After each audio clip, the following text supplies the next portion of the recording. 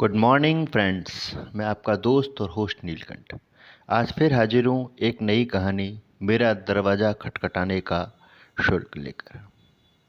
जिन घरों में मैं अखबार डालता हूँ उनमें से एक का मेल बॉक्स उस दिन पूरा भरा हुआ था, इसलिए मैंने उस पर दरवाज़ा खटखटाया। उस घर के मालिक बुजुर्ग व्यक्ति श्री बनर्जी ने धीरे से दरवाज़ा खोला।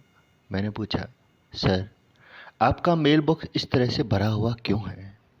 उन्होंने जवाब दिया, ऐसा मैंने जानबूझकर किया है। फिर वे मुस्कुराए और अपनी बात जारी रखते हुए मुझसे कहा, मैं चाहता हूँ कि आप हर दिन मुझे अखबार दें। कृपया दरवाज़ा खटखटाएं या घंटी बजाएं और अखबार मुझे व्यक्तिगत रूप से सौंपें। मैंने हैरानी से पूछा, आप कहते हैं तो मैं आपका दरवाज़ा ज़रूर खटखटाऊंगा, लेकिन यह हम दोनों के लिए असुविधाजनक और समय की बर्बादी नहीं होगी? उन्होंने कहा, आपकी बात सही है, फिर भी मैं चाहता हूँ कि आप ऐसा करें। मैं आपको दरवाज़ा खटखटाने के शुल्क के रूप में महीने 500 रुपये अतिरिक्त दूंगा। विनती भरी अभिव्यक्ति के साथ उन्होंने कहा, अगर कभी ऐसा दिन आए जब आप दरवाज़ा खटखटाएं और मेरी तरफ से कोई प्रतिक्रिया न मिले तो कृपया पुलिस को फ़ोन करें। उनकी बात सुनकर मैं चौंक गया और पूछा, क्यों सर? तो उन्होंने जवाब दिया कि मेरी पत्नी का निधन हो चुका है, मेरा बेटा विदेश में रहता है और मैं यहाँ अकेला रहता हूँ। कौन जाने मेरा समय कब आएगा। उस पल मैंने उस बुजुर्ग की आंखों में छलक आए आंसुओं को देखकर अपने भीतर एक हलचल महसूस की। उन्होंने कहा, मैं अखबार नहीं पढ़ता, मैं दरवाज़ा खटखटाने या दरवाजे की घंटी बजाने की आवाज़ सुनने के लिए अखबार लेता हूँ, किसी परिचित चेहरे को देखने और कुछ परस्पर आदान प्रदान करने के इरादे से। उन्होंने हाथ जोड़कर कहा, नौजवान, कृपया मुझ पर एक एहसान करो। यह मेरे बेटे का विदेशी फ़ोन नंबर है।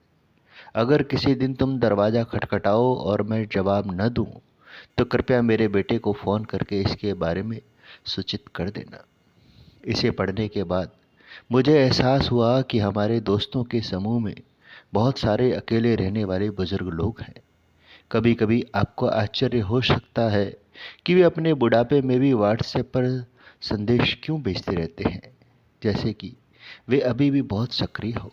दरअसल सुबह शाम के इन अभिवादनों का महत्व दरवाजे पर दस्तक देने या घंटी बजाने के अर्थ के समान ही है। यह एक दूसरे की सुरक्षा की कामना करने और देखभाल व्यक्त करने का एक तरीका है। आजकल व्हाट्सएप एक सुविधाजनक साधन है। अगर आपके पास समय है तो अपने परिवार के बुजुर्ग सदस्यों को व्हाट्सएप चलाना सिखाएं। किसी दिन यदि आपको उनकी सुबह की शुभकामनाएं या संदेश नहीं मिलते हो तो हो सकता है वे अस्वस्थ हों और उन्हें आप जैसे किसी साथी की आवश्यकता हो।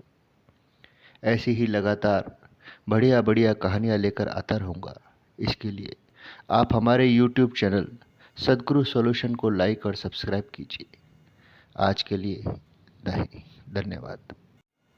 Good morning friends. मैं आपका दोस्त और होस्ट नीलकंठ आज फिर हाजिर हूँ एक नई कहानी मेरा दरवाज़ा खटखटाने का शुल्क लेकर। जिन घरों